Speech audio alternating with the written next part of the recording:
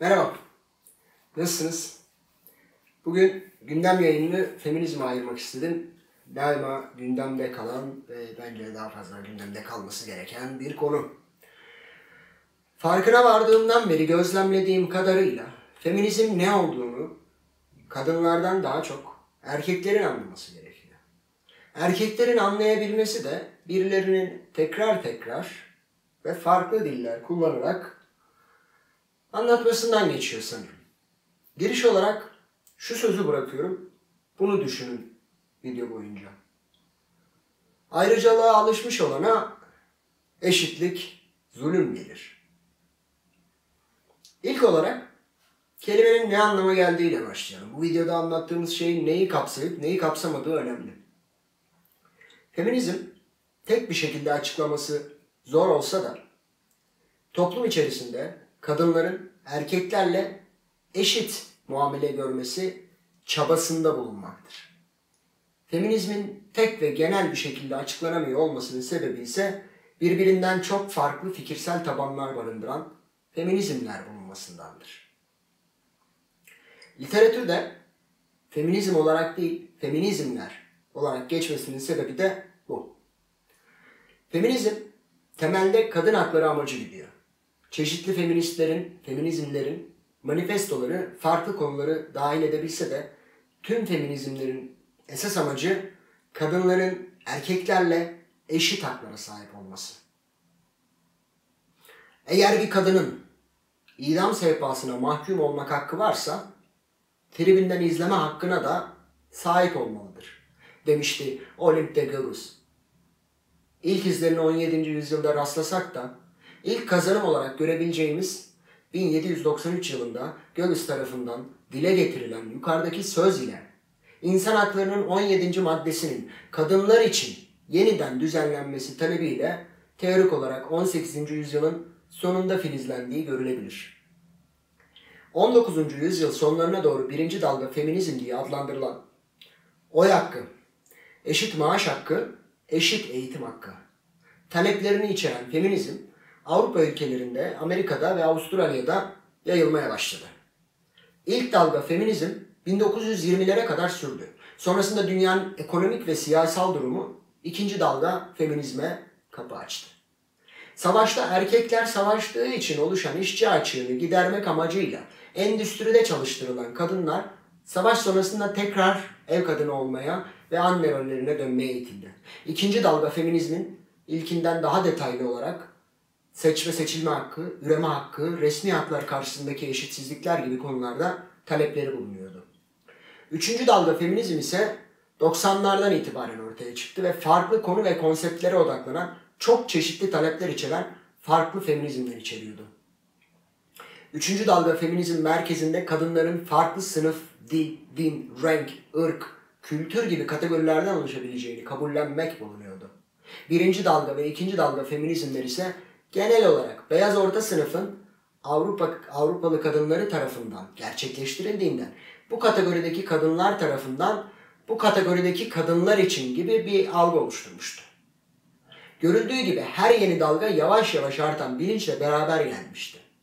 Giderek daha fazla hak talep edebilir hale geldikçe artık kadınlar daha da farkına varıyor ve eşitlenebilmek için savaşıyordu. Feminizmin ne olduğunu ve neden var olduğunu bu kadar basit bir şekilde özetlenebilse de hala erk tarafından ısrarla anlaşılmak istenmiyor. Bunun sebebi ise en başta belirttiğim sözde gizli. Ayrıcalığa alışmış olan erkek örneğin kendisine yemek yapmak istemezse eşi bunu bir zulüm çeşidi olarak algılıyor.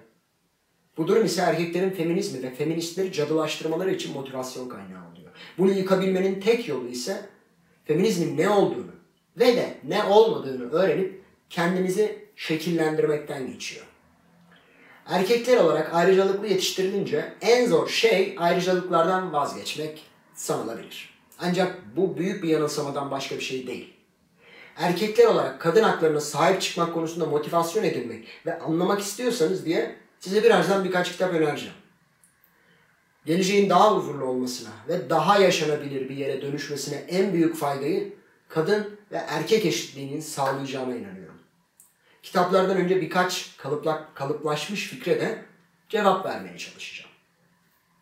Feministler erkek düşmanıdır. Feminizmler pek çok farklı dala ayrılsa da feminizmlerin temeli hiçbir zaman erkek düşmanlığı olmamıştır.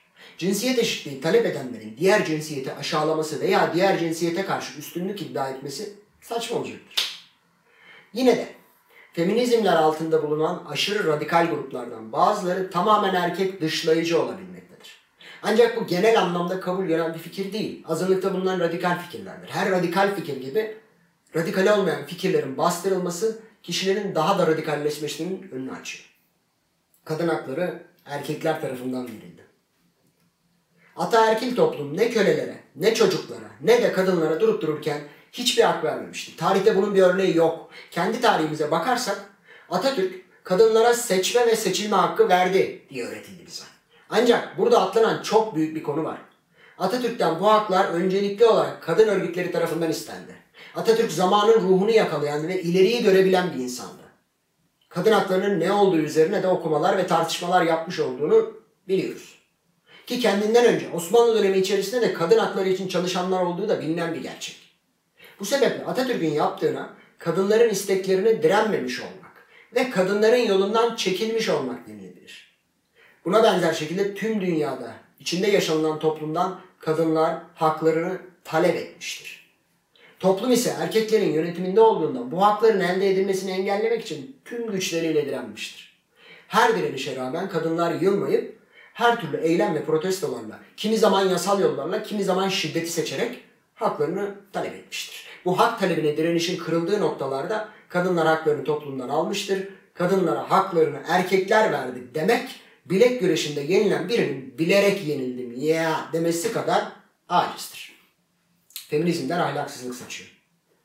Din temelli olarak da birçok feminizm çeşidi bulunuyor. Bu dinlerin ahlak sınırları ise çoğu erkeğin ahlak sınırlarından çok daha dar. Yani göreceli olarak feminizmlerin çok daha ahlaklı olduğu iddia edilebilir.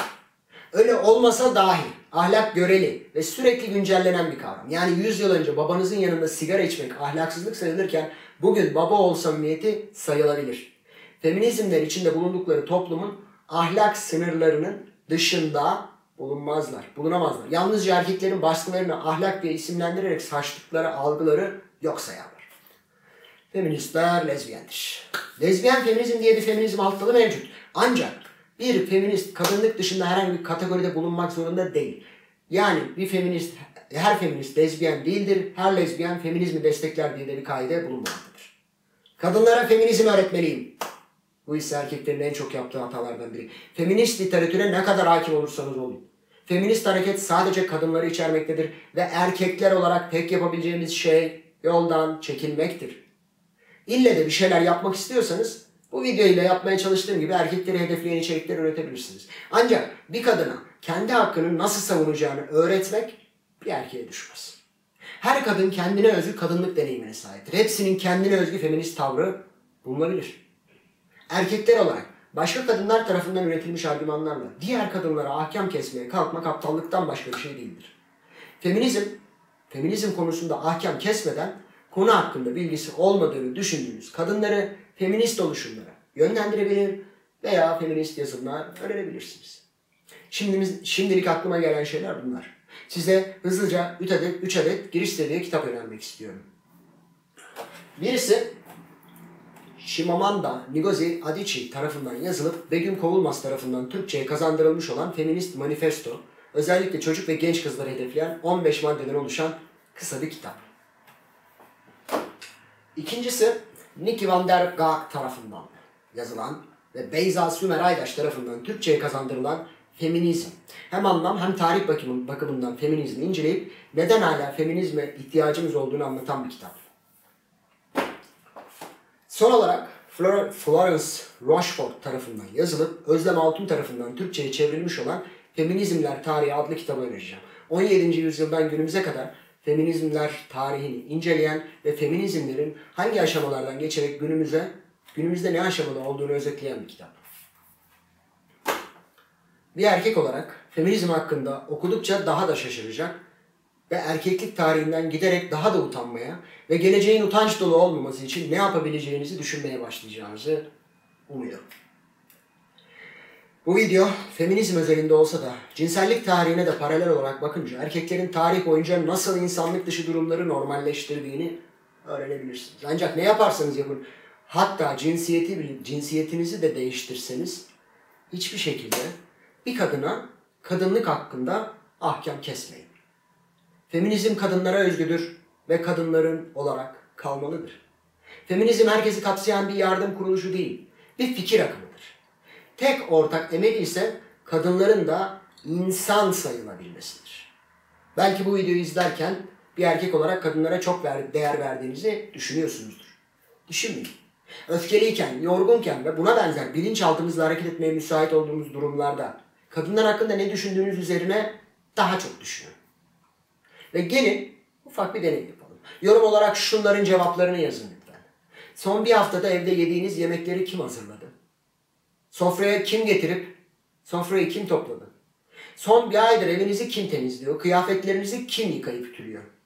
Bu soruları okurken bile fark edeceksiniz ki çoğunu kadınların yapmasını sorun olarak bile görmüyor çoğu erkek. Kadınlar olmasa öz bakımını dahi yapamayacak durumdaki erkekler dünyasında yaşıyoruz ve hala feminizmin neden gerekli olduğunu sorguluyoruz. Umarım bu video birkaçınızın kadınlara aslında ne kadar da insan değilmişlermiş gibi davrandığınızı fark etmenizi sağlar. Sağlıcakla kalın, abone olun, beğenin, paylaşın, daha çok kişiye ulaşalım. Görüşmek üzere.